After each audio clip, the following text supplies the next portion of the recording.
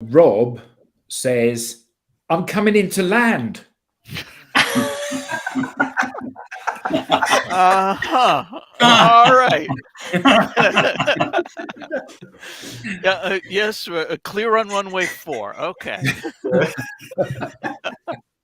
you talking to Tracy now? Yeah, right. Roger. Good morning, good afternoon, and good day. Welcome to another edition of the Digital Download, Which is the longest running weekly business talk show on LinkedIn Live. Today, we're talking about understanding productivity. We'll have a special guest, John Munn, who we'll bring on in just a moment to help guide us. John says people misunderstand productivity. It's not about cramming more in, but making sure you do the right things. We'll talk to John about those right things and where we can start. But before we bring John on, let's go around and introduce everyone. While we're doing that, why don't you in the audience reach out to a friend, ping them, and have them join us? We strive to make the digital download an interactive experience. Audience participation is highly encouraged. So, introductions. Adam, would you kick us off, please? I'd love to. I'm Adam Gray. I'm co-founder of DLA Ignite. I'm Tim's business partner, and I'm delighted to be here talking all things digital and modern work and all that stuff that we talk about. Excellent. Thank you. Alex. Good afternoon, all. Alex Abbott, founder of Sapiro, and looking forward to today's discussion because I think I too can be more productive. All right. Sounds good. Tracy. Good morning, everyone. Tracy Borson, founder of TLB Coaching and Events, a proud DLA Ignite partner. And I'm excited about the productivity conversation because I'm with our special guest. I think we think about it wrong. So I'm excited to dive into it. All right. Sounds good. And Tim. Hello, everybody. I'm Tim Hughes. I'm the CEO and co-founder of DLA Ignite. And it was only this week that I was having a conversation with somebody, and they said that their productivity was and productivity. and I said, "What's that?" And they said, "Well, I do this and this and this and this." I've heard that before, Tim. Yeah. Yeah. Excellent. Thank you. And myself, I am Rob Durant, founder of Flywheel Results, and I am a proud DLA Ignite partner. All right. So thanks for that. As I said, this week on the Digital Download, we'll speak with John Munn, time optimization expert, business coach, and consultant. John works with business leaders and entrepreneurs to help improve their business, reduce the amount of time that they need to work, and make more money in the process. John, good morning, or rather, good evening, and welcome. Please tell us a little bit more about yourself and how you got here. Yeah, hi. So I'm John J.D. Munn, as you've heard. I'm calling from Thailand right now. Well, what time is it? So it's 8:05 in the evening. Okay. So yeah, nighttime here, I suppose. But yeah, we're me and my partner. We both run businesses, and we're slow mads. So bit of an icky term sometimes, but we move country every year. So we're in Thailand at the minute. Where were you last year? We were in Spain, in Valencia. Oh, lovely. Nice. And any ideas where you're going next year? We're thinking Mexico. Right. We're not sure. We'll do another year back in the UK for family reasons, but Mexico seems to be calling, so check it out. That is so cool. Very cool. Excellent. John, let's start with a basic question. What do you mean when you say most people misunderstand productivity? Yeah, I think there's an understanding of productivity when people talk about it, where if you say, I've been really productive, a lot of the times people means they've got lots of tasks done. normally quite small tasks. They've done lots of little things, so they feel productive. And that kind of pulls in with what people's understanding of productivity is, which is normally doing more. People feel that when they've done more, they've been more productive, all is good. From what I've seen and from what the research shows, counterintuitively, usually doing less leads to better results. So a lot of people understand that doing more means you're productive. I would argue that doing the right things means you're productive.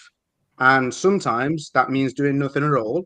That could mean taking a break and actually just having the day off might be the most productive thing you can do that day, especially if you're close to burnout, for example. And that runs parallel to what people's intuitive understanding of productivity is. So I like to redefine it as, rather than doing more, it's about doing the right things. It's about achieving the results that you aim to achieve. And I would argue in the easiest way possible should be part of that. But that's kind of a caveat on the end. So yeah, achieving what you want to achieve. If you've achieved what you wanted to achieve, you've been productive.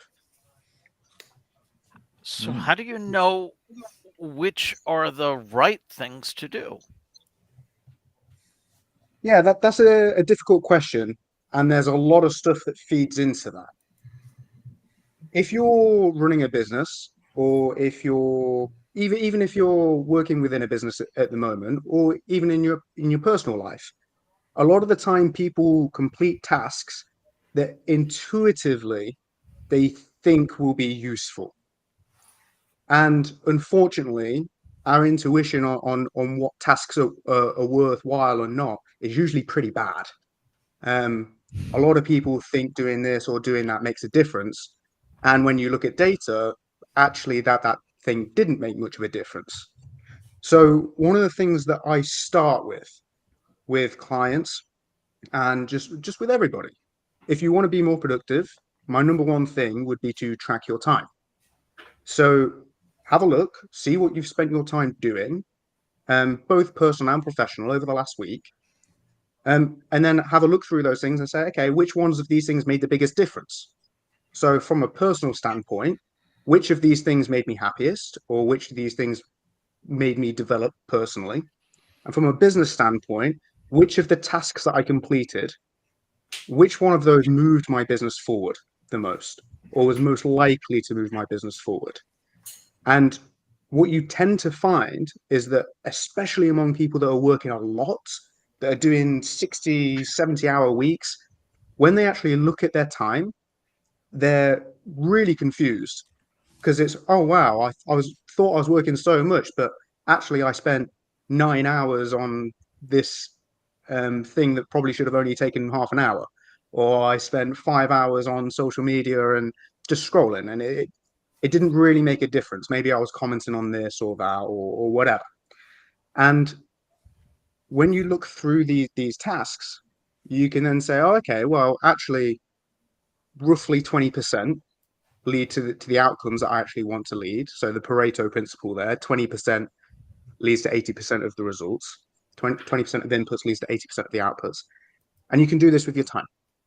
So how do you know what stuff is actually productive? Well, firstly, have a look to see what stuff you're even doing. A lot of the time, people aren't aware of what they're actually doing during a week, which it sounds a bit weird, but I encourage you to check yourself, and you'll probably find that, oh, wow, I didn't realize I spent so much time doing that. So first thing, find out what you're doing, and then have a look at the results from those actions and see whether or not they were worthwhile, whether or not that amount of time was worth it to you. That's usually a good place to start from. Hey, John, I have a question, because one of the things that's happening in my brain is, what's the relationship between the right things and the meaningful things? Because I think there's different meaningful things for every person.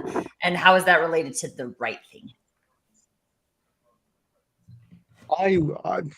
I'm somebody that believes that I think okay, I'm going to stop. I've met a lot of people that run businesses. I've worked with a lot of people that run businesses, and I've met a lot of very wealthy people. So some people worth hundreds of millions. And the one thing that the majority of them have in common is that they're unhappy. And for me, that blew my mind because I come from a place where I always wanted to make so much money because I thought it'd make me happy. And then I met all these people that had made loads of money and they weren't. And it didn't make sense. And when I looked into it, a lot of them were doing things that other people might say were meaningful, but them themselves didn't find meaningful. Or they were bored with what they did, or they didn't have time to do the things that were meaningful in their life because they were so busy making all the money. And to me, that doesn't make sense. So as a business owner, I think if there is a strong conflict between doing things that are meaningful and doing things that are the right things, then you're probably in the wrong business. Something's gone wrong there. It's not to say that you can't have a separation there. It's just that often if you're finding that the majority of the time is spent doing things that aren't truly meaningful to you, something's gone wrong. And you can fix that. So that conflict between what's meaningful and what's right, I would argue that there shouldn't really be a conflict there. Sometimes it might mean reassessing your goals or understanding how A leads to B. So if doing the work that maybe doesn't feel meaningful to you leads to you doing more meaningful stuff, sometimes that's an assessment you need to make and see if that's worthwhile to you. But there shouldn't be a strong conflict between the two, in my opinion. So with the things you necessarily shouldn't be doing, how do they get done?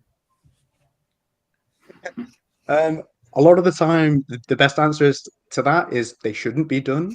There's a lot of stuff that people do in their business that you'd be better off just not doing at all, which sounds scary, and I get that. But when you assess the situation objectively and say, okay, if I stopped doing this thing, what would be the consequences of that? And if the consequences are very low, probably worth stopping doing the thing. There's a good quote on this, which is, don't do as much as possible, do as much as is needed on it. So I think a lot of people go through their life trying to do as much as possible all the time, and that actually detracts from the things that make a difference. So if you reduce the number of stuff that you do and just focus on the things that make a real difference, you might end up doing a decent amount of stuff. But those things actually make a difference. But if you want the thing, you have to do the thing, right, Tracy? Well, sorry, John, an inside joke there. This is something I said, and we keep coming back to it. And I think in that phrase, to me, one, if you want the thing, what is the thing? Have good clarity on what that thing is and whether or not it's a thing you actually want instead of a thing that other people say you should have. And two, do the thing is taking action on doing things. So I don't think we're having a conversation today about like, let's do nothing. And that's the new definition of productivity. It's more about like, what are the things that contribute and what are the things that don't? And I love what you said, John, about there's some things that just don't need to be done. And this is actually a challenge I have with the virtual assistant industry, is not that virtual assistants aren't skilled and helpful. And I love the fact that like a lot of stay-at-home moms are doing that type of thing just to make a little bit of money on the side. The thing is a lot of the things that get outsourced to resources like that really don't need to be done. And there needs to be more of a conversation about, do I need to do those things versus, oh, I can outsource this for $5 an hour, so I'll just do them anyway. But like, from my perspective, especially from a marketing perspective, I have done a lot of work in my corporate jobs that didn't contribute to anything. And I saw that. I saw all this work going into things that didn't drive the business, that didn't turn into clients, that didn't do anything. And that doesn't feel really good from a personal value perspective. I'm just here doing stuff. And I think this is why quiet quitting became such the phenomenon, is that a lot of people are doing that because they think that's what it is to be productive. I come to work, I work for 8 hours, I check the boxes, I go home, I was productive today. And is it? So I'd like to pick up on something, a couple of things actually. So one of them is an observation. In a previous life many years ago, I got to interact like you with some very, very, very rich people. And that was my observation, was that I don't think I met anybody that was really rich and really happy. So there's often a massive paradox going on there, because when you haven't got money, you think that money is the thing that's missing from your life. And when you have got money, it would appear, these people think they've wasted their life doing the stuff to make money rather than the stuff to make them happy. But my question was a pragmatic one, which is, you said, look at what it is that you're doing during the course of the week. And that's kind of like the personal time management equivalent of entering things into your CRM system if you're in sales, which is, I'm too busy doing this stuff, which is crap, for me to be able to make a note of. So how do you collate your time and measure that in a way which makes sense, that doesn't take all your time to do? Yeah, I use a free tool called Toggle. It's totally free. You can use it. There's a browser extension, there's an app, there's a website for it, whatever. Just when you start doing a task, like I've got the little browser extension now just in the corner of my window. When you start doing a task, you just click it and you click play and it starts tracking it. And you can tag what task you're doing, you can categorize it, you can type a little memo like, oh, I was doing this for whatever. I found that's really quick and really useful, really easy. Different people have different tools that they prefer. One of my clients uses one called Freedom. I've got another client that just does a tally chart. It just has a piece of paper, and when they've spent half an hour on a task, they just do a little tally line. And it's useful to track your time. It takes work the first week because you're not used to the tool. Yeah. So there is a bit of a hump to get over with that. But it is by far the highest return on investment activity that I've seen anybody do. Because when they know how they're spending their time, they can start cutting things out that don't make sense, and they can start doubling down on the things that do. And just that alone makes that extra little bit of time that you spend during the week worth it. And what I find for clients that find it difficult to motivate themselves to track their time is, one of the things that we've done there is you track in sprints. So you might track for a week or 2 weeks and see what it is as a snapshot, and then implement. And normally, even after just like a working week, 5 days worth of time of tracking, you've got so many insights from that alone. There's normally 1, 2, 3 months worth of work in order to change things, to implement the improvements. And then you do that, and then you move to the next thing. And it's something that we've seen throughout. And I totally agree with there's bloat when you hire freelancers sometimes, especially like VAs. A lot of people just give them the tasks. And it's bad for those people as well. They're not motivated to do the work that they know doesn't mean anything. You're just creating more unhappiness in the world, like, why would we do that?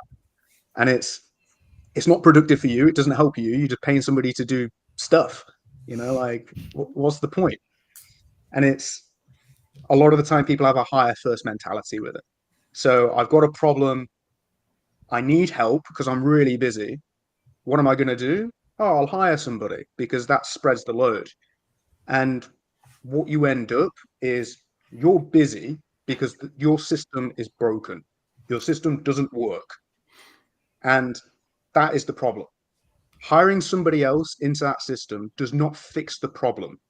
It just expands it, because now you've got another layer of complexity. You've got somebody else you need to deal with within the system.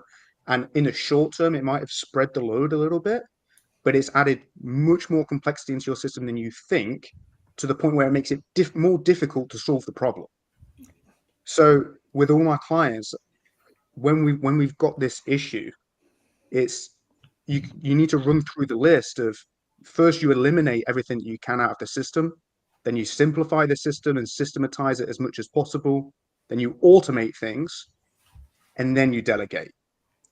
And usually by the time that people get to that stage where they can delegate, there isn't any need to delegate, because they've got rid of all the stuff or they've automated it, and there's no need to do any of the delegation.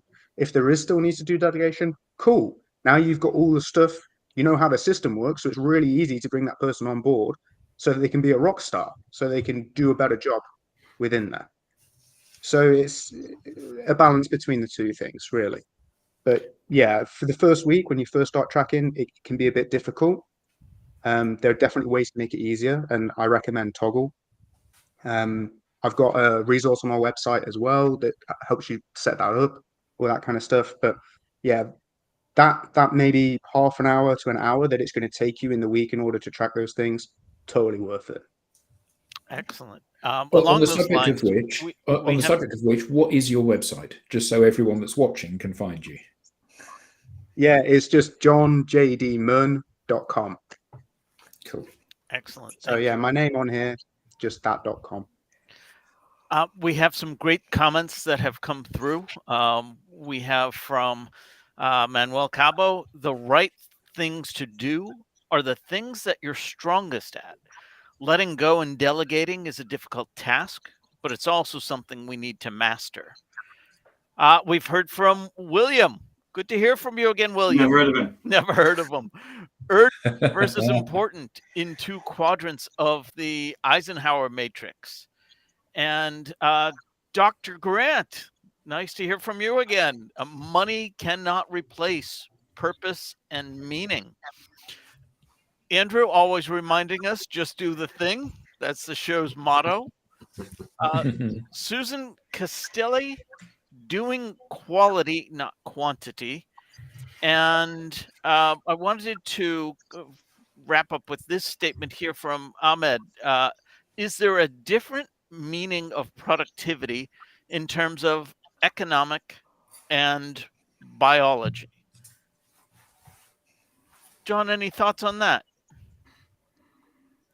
My first thought is I've never had that question before, so that's a new one for me. I suppose there is. It depends what economic theory you're ascribing to and at what point in history you're talking with, I suppose. Capitalism as it stands is kind of, I would say, more in line with the biological approach where more is better. But I do think that model is shifting a little bit. From a biological perspective, you can argue that more is better, like you breed more and you spread your genes more and things. But also from a biological perspective, they also appreciate quality over quantity. So for example, I saw a video like a few weeks ago of birds being more selective about which eggs hatch and which eggs actually get the ability to go to adulthood. So that was interesting, where they were selecting which eggs they thought were better, and so reducing their own workload, I suppose, eliminating tasks, fewer mouths to feed, but stronger ones within the bunch. So I suppose from a productivity perspective, biology and economics both appreciate the quality element there. But there is a balance between the two. Sometimes you just need to knuckle down and do the job, but make sure it's the right job. Make sure it's a job that makes a difference.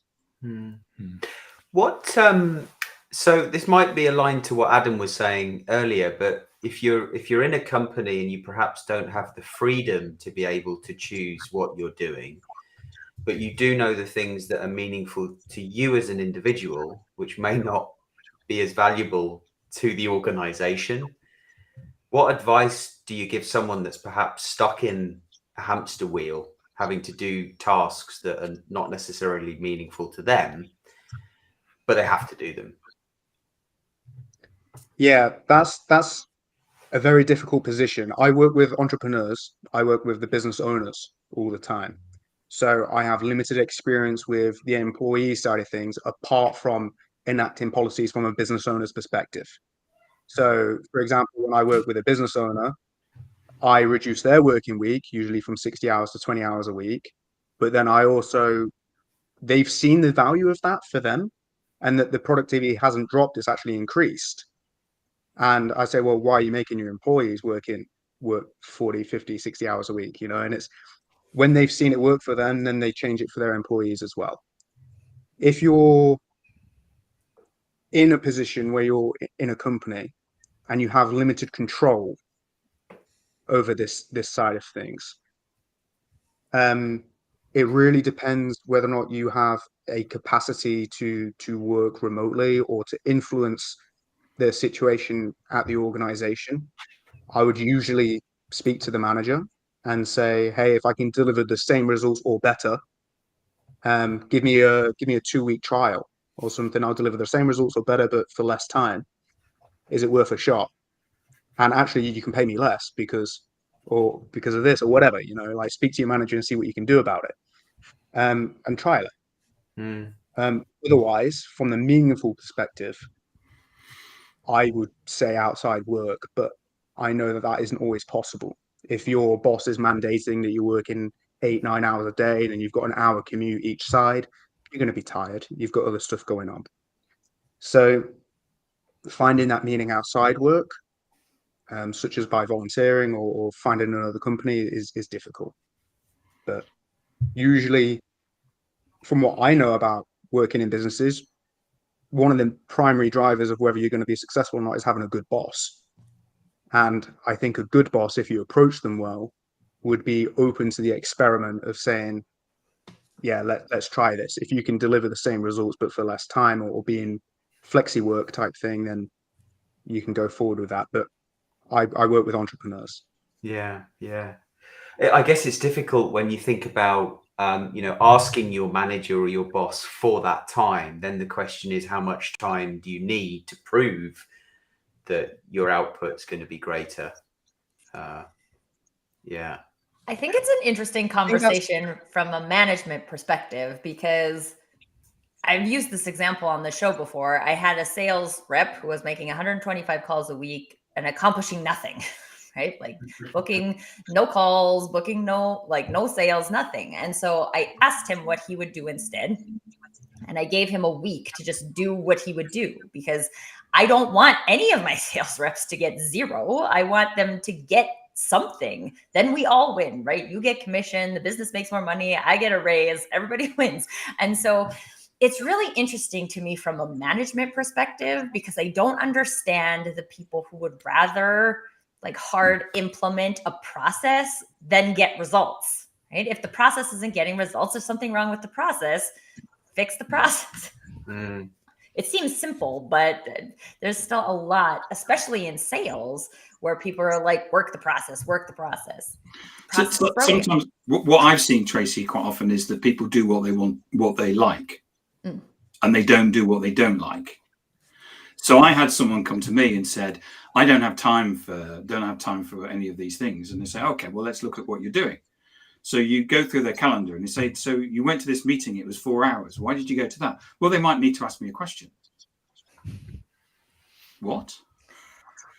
Well, so you sat in a meeting for 4 hours I said, you could actually do work for 4 hours outside the meeting. And if they wanted to ask you a question, they could phone you up. Oh no, it's like, and so actually what the person was happening was that they were doing what they wanted, what they felt comfortable in and what they wanted to do rather than what they needed to do.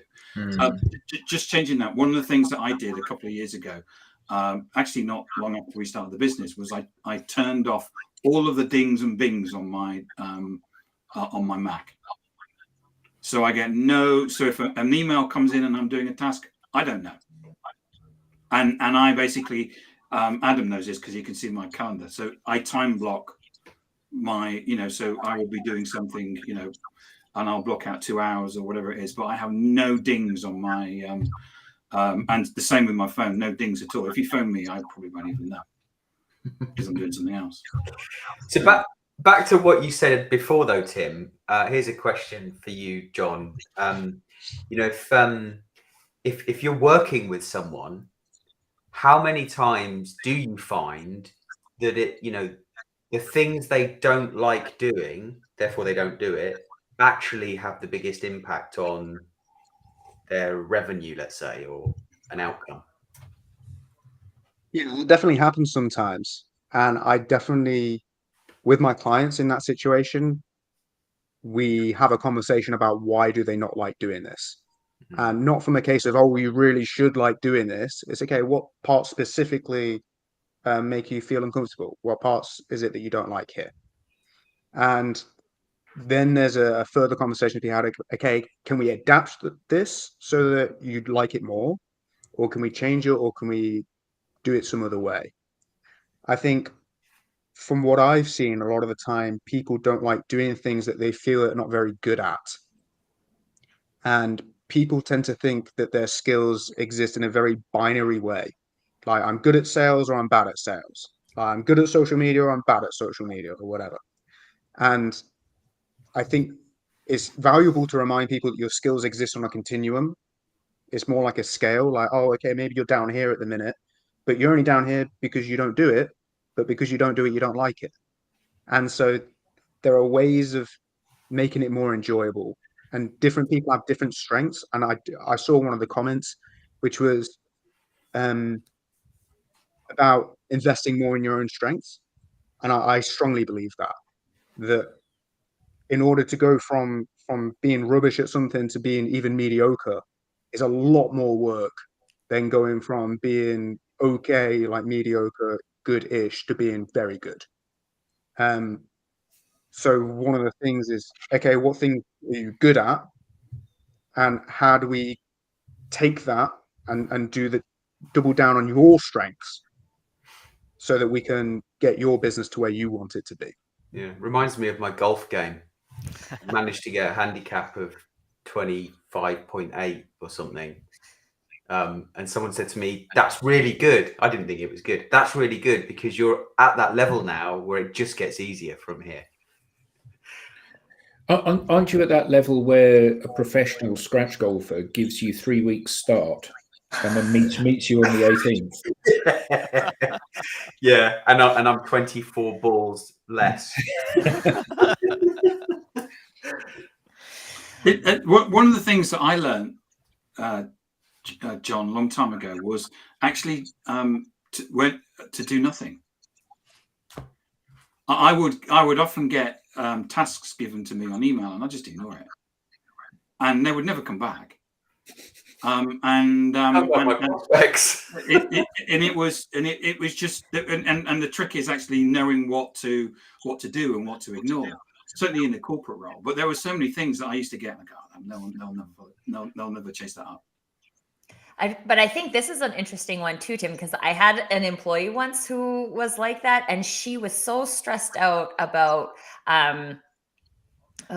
it's too early. The words are escaping me. When you like keep putting stuff up, procrastinating, yeah. And she's like, I'm the worst procrastinator, right? Like, and I was like, are you? Or are you just good at figuring out what needs to get done and what doesn't need to get done? Because what you're not doing aren't things that are contributing to anything. So it was interesting because I think there's a lot of mindset that plays into that too, where we get so much flack for being lazy or for being a procrastinator, but I'm just procrastinating tasks that honestly I'm never going to do because I don't see the value in them. I don't consider that procrastination. I consider it being diligent. And I think we get a lot of comfort. Many of us get a lot of comfort, or it's certainly people in corporate, in sitting in meetings, because kind of that's what we're expected to do in corporate, is to sit in meetings. Because if you're not sitting in a meeting, what are you doing? So we go along and we end up just sitting in meetings. And why are you here? I don't know. Actually, I'm actually from the previous meeting. I'm sitting in there. It's nice meeting you all. What are you talking about anyway? You know, it's like it's like one of those things where, you know, I've seen people do, you know, and you know, I've seen all kinds of stuff going on in, you know, just for filling in time, and yeah, so yeah, meetings are comfortable. How much of this is one being compassionate with themselves and you know, as you were talking, Tracy, I was thinking, oh, well, it's quite easy to beat yourself up for telling yourself that actually you should have done that, when actually, based on what I'm hearing, is it's okay just to not do it because it's the right thing to do, because it's not as meaningful. I think there's a load of stuff going on in that, isn't there? You know, you can't run away from the work that you have to do. It has to get done.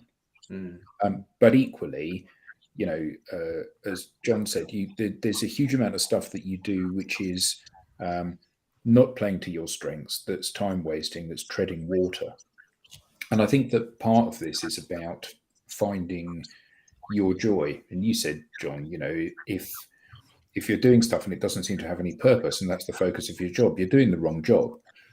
And I think all of us are really lucky in that we love what it is that we do. So it doesn't feel like going to work. So a lot of this stuff about, I certainly know for me, a lot of this stuff about, well, you have to carve time out of the day and go for a walk and sit in the garden and watch the stars. Well, actually, I don't, because this isn't work for me. This is something that I genuinely love doing. So I don't need to have a break from it. But I can tell you that I have worked in roles previously where I absolutely have needed to do that, but it wasn't fashionable in those days. And I don't mean that in a flippant way. What I mean is that it wasn't acknowledged that in order for you to contribute effectively, you have to be in a good place to be able to contribute. It was just like, yeah, just roll up your sleeves and get on and do it and stop moaning. But I think that part of what everybody needs to be on a quest to do is to find that job that they love doing, because, you know, it isn't about the money. Even though you think it is about the money, it isn't about the money. And actually, when you've done reasonably well and made a bit of money, you realize actually you haven't moved. You've just got nicer things. But, you know, there's the old joke about money isn't everything, but it's better to cry in a Mercedes than a bicycle. But actually, it's not true. The issue there is the fact that you're crying, and finding something where you don't feel like it's work. And I'm currently, my mum had a stroke quite recently. I'm currently staying with her for a bit to give her a bit of help, which means I get to watch, when I'm not working, I get to watch some of those daytime TV type programs that you wouldn't normally watch, like Make a New Life in the Country. And one of the things that's lovely is that people say things like, I've never been poorer, but I've never been happier. And I think that part of this is about finding those things that are purposeful. And maybe if you're lucky, you can make the job that you're doing purposeful as well. But we're seeing this huge backlash, aren't we? Like Amazon, you know, the expectation is you're going to be in the office now. So 3 days a week. Three days a week. So people that have had a home working life and have constructed their lives to mean that they can contribute and they can have a life, that's all of a sudden evaporated for them, even if they're working in a company they love. And that seems like a very counterproductive way to behave to me. But I feel like this is a I've got a slight control counterpoint thing. Sorry, John? I've got a slight counterpoint to that, where there's a lot of pressure on people now to do a job that they're really passionate about, and it's the most meaningful thing, and it's wonderful. And I do agree that it's better if you can achieve that, and that you should strive to achieve that. But I do think that it's important to take the pressure off people a little bit there. And actually, if this isn't the most meaningful job in the world for you, that is okay. You can find meaning outside of work as well, and that you can balance those two things. And I think that it's important that you can recognize that there's a degree of a journey on this, and it's kind of a cliche, I suppose, but the job that you're doing right now, or anybody that's listening, what they're doing right now might suck. And you might want to improve it, but maybe you're finding your meaning outside of work at the minute, and that's kind of what's helping you get through. And maybe you'll find that job with meaning later on. And I think there's a point of being productive and making sure you're doing the right things in the process to that, such as trying different roles or trying out different skills or whatever to find what you do and don't like. But if you don't know what you do and don't like right now, that's okay. I think you just need to be purposeful and proactive about trying to find the thing that you do or don't like. Thank you for saying that, John. I think you're right. There's a lot of pressure on people to, well, if you're not happy at your job, find the job that makes you happy. And Mike Rowe, a celebrity here in the United States, has built an entire reputation around, work for many, maybe most, is simply a means to an end. His show Dirty Jobs talks about how people are doing some things that you would never want to do, but they're some of the happiest people on earth because it allows them to live the life they want outside of that job. So there's meaning in work for many of us, but if there isn't, that's okay too, provided you find meaning outside of that. Well, yeah, I think that's true. But I think that the other thing to bear in mind is that your job that gives you meaning and you're passionate about doesn't have to be a job to change the world. You can be somebody that cuts the edges of the path on the way up to the main building. And if you love it, if you do it, and then you turn around and look at what you've done and go, wow, that's fantastic, I've done that. Then that's brilliant. And it doesn't make it any less of a job than somebody that's trying to put people on the moon. And I think that often there is this kind of expectation that the right thing will present itself to you, and it won't for many people. It's a quest. Yeah. And you don't know what you want to do, but what you do know is you don't want to do what you're currently doing. And that's something that you can change. Sure. Go and be a barista in Starbucks. Not that it's bad, but if you do it and you love it, you get to meet loads of people. And one of those people might say to you, you're really good at this, Rob. You're wasted here. Why don't you come and work with me? And actually, it's creating those opportunities. Actually, Seth Godin's post today was very much like that. He said something along the lines of, if you're a poet, write poetry. That might not be how you're earning income, but if you see yourself as this, find more ways to do this. And while that's outside the scope of being productive at work, it might just be the panacea that you need. Yeah, and I think this is like my experience, right? I left my corporate VP of marketing job, and in my brain, I was like, I would rather go be a barista at Starbucks, because at least I get to talk to people. I get to make something that's meaningful. I get to see what I did and like give it to a person, which is something I didn't get in my job. And I think there's a lot of, again, like societal shoulds, like these are respectable jobs and these are not respectable jobs. But I think there's anything where you can, like, to some degree, do it your way.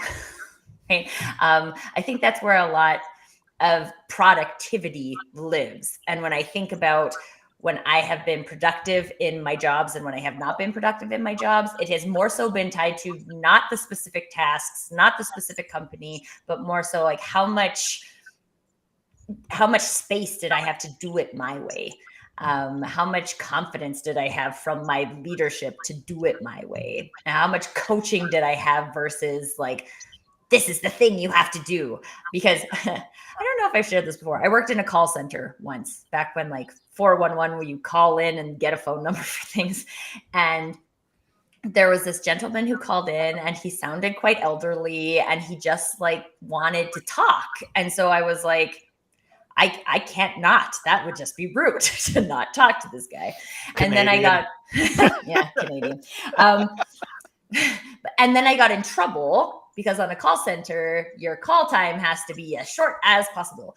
And after 3 shifts, I was like, no, this is not the job for me because I can't do that. Some people can do that. I can't do it. And so I had to go, and which is why a Starbucks barista would be much better suited for me because I can talk to people and I can do that type of thing. But you missed your opportunity, Tracy. What you should have done is you should have connected people to the places they needed to be, not the people they wanted to speak to. So when someone was phoning up for something, you say, I hear what you say, but actually here's the guy you want to talk to. Because you could have made a massive difference in the world. I see a Monty Python skit in that somehow.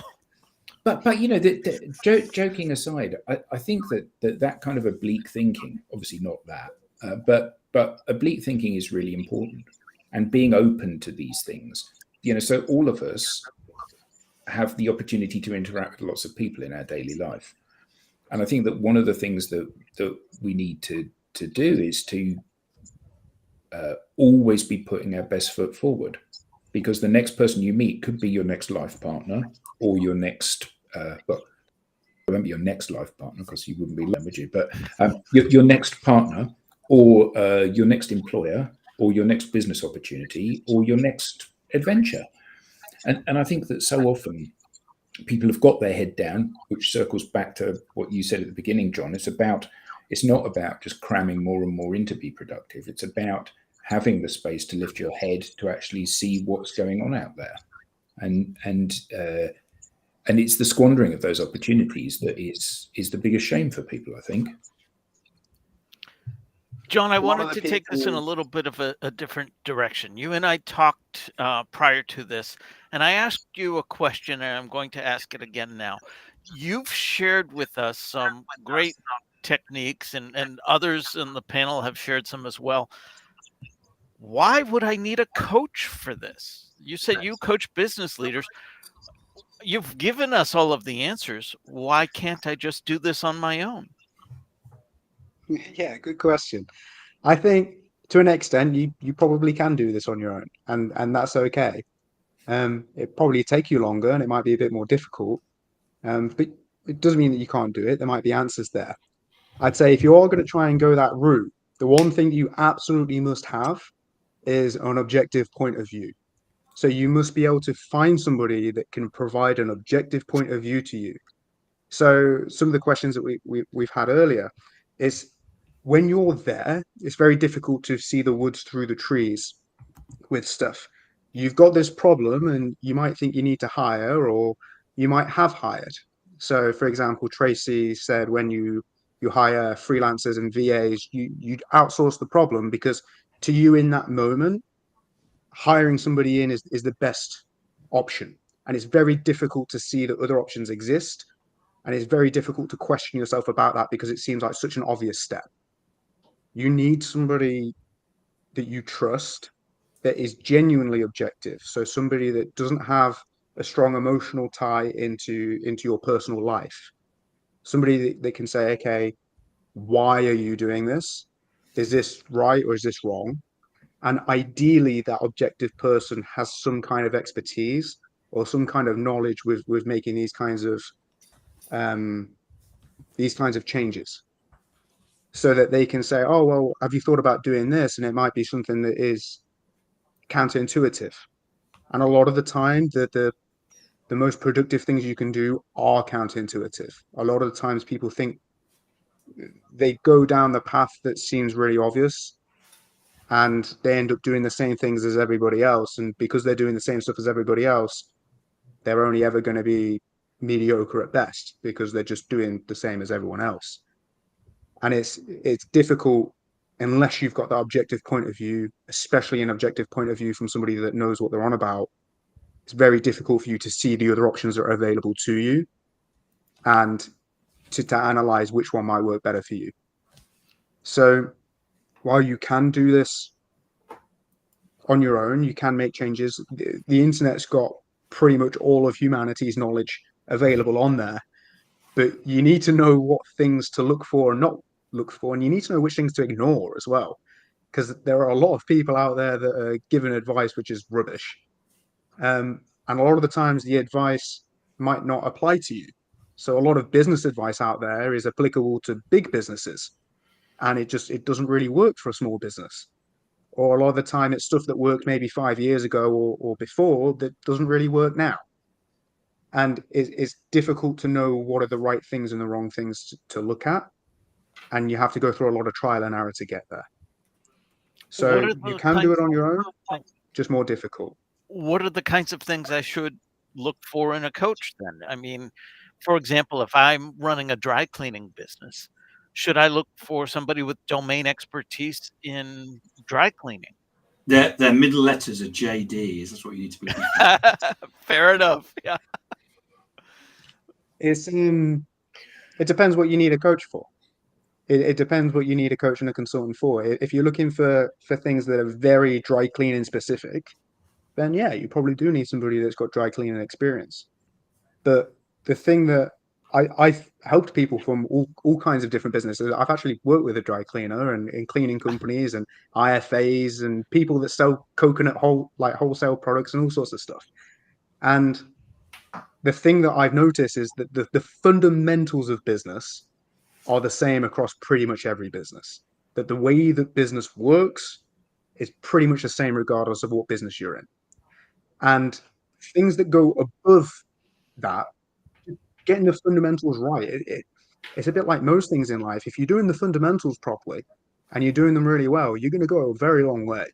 But a lot of people let a lot of the fundamentals slip. So sometimes, yeah, you need to get some advice from somebody that's within your industry. And a lot of the time you can get that just from interacting with people in your industry on LinkedIn or networking meetings or whatever. But having somebody that's run businesses and that has helped people run businesses as well, they've got a different perspective to you.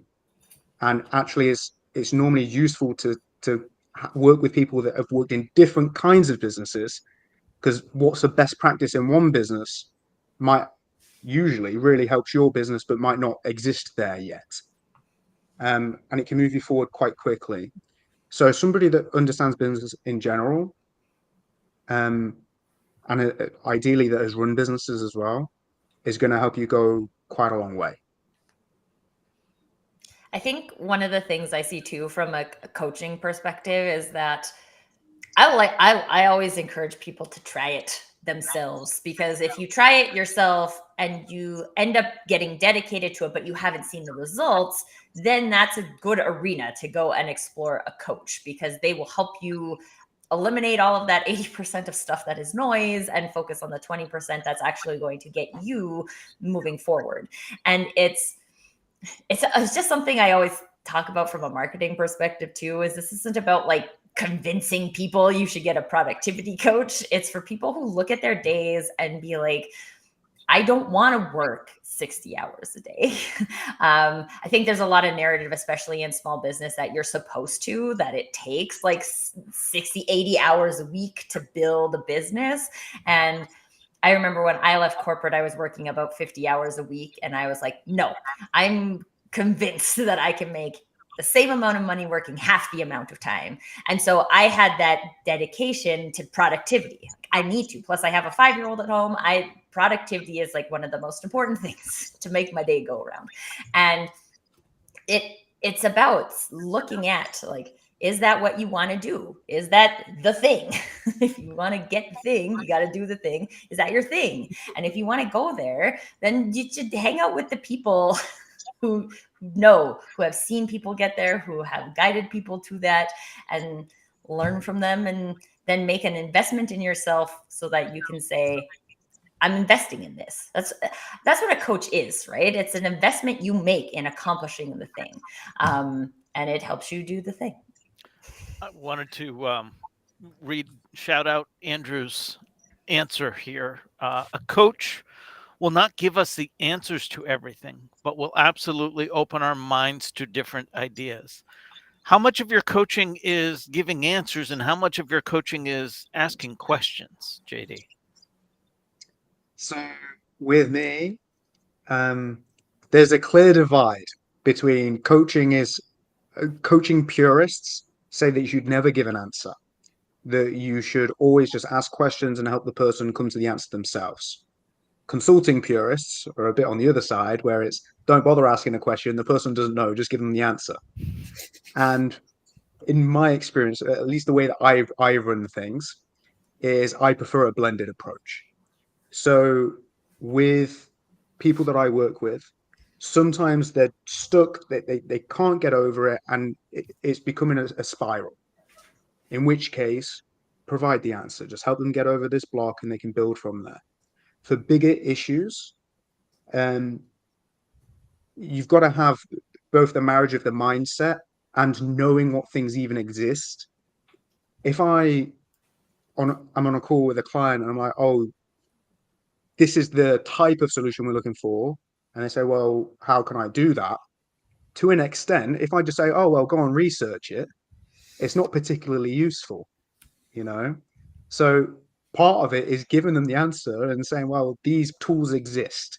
These are things that you can look at, and these are things you can do. So for me, I use the blended approach where I will ask you questions and help you find your own answers so you can do this yourself. The best thing that I can do is help you find your own answers all the time. It makes my life easier, but also it makes things better for you. So that's a big part of it. Helping people find the answers, so asking the coaching questions, but sometimes you need to help people give them the answer and help them through this. So a bit of both. So I'd say Tracy's, maybe Tracy's just left because she's realised that she's actually going to be more productive by doing Ouch. Yeah. So, John, have you ever had someone come to you and say, I want to do a 3-day working week or a 2-day working week? Can you help? Yeah, I get that fairly regularly. What I'd say is that a lot of my clients come to me where they're working 50, 60, 70 hours a week, and they genuinely don't think it's possible to work less, but they're burnt out. Like, they're absolutely nailed by their working week, and they don't really believe that they can work less, but they know that they need to do something they need to fix the problem. So a lot of the time people come to me at that position. And so when you help them go from 60 hours a week down to 30 hours a week, usually you can do that within 2 or 3 weeks. It's much quicker than people realize. Then they go, oh, wow, like this is possible. And then they say, well, maybe I could work just 3 days a week. And so then we start working on those things. But that usually comes later in the process, when people have seen that it is real, that you don't have to work 60 hours a week. So it's that comes first. But I have had clients that definitely are like, yeah, I want to work 2 days a week, and that's totally doable. Pretty much all of my clients, in fact, all of my clients now work less than 20 hours a week, myself included.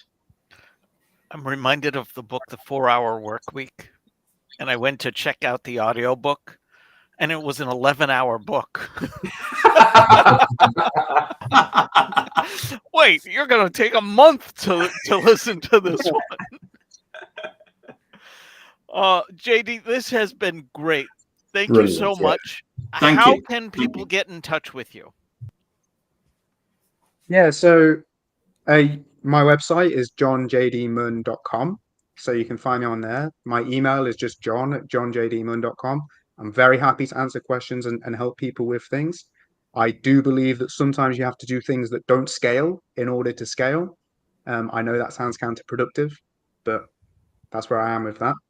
And I have a weekly email. So I send out my 3 top tips each week for things that you can do. So tools that you'll find useful that help you reduce your working week, or frameworks to use, or specific things you can focus on this week to reduce your working week. And that's just Work Smart Wednesday. It's linked on my website, or you can find it on Substack as well, worksmartwednesday.substack.com. I signed up for it. Yeah, I'm very happy to help. I just need to find time to read it now. It only takes 3 minutes a week. I'm sure. This has been the Digital Download. If you enjoyed what we were saying and you have something to say, we would love to have you on the show.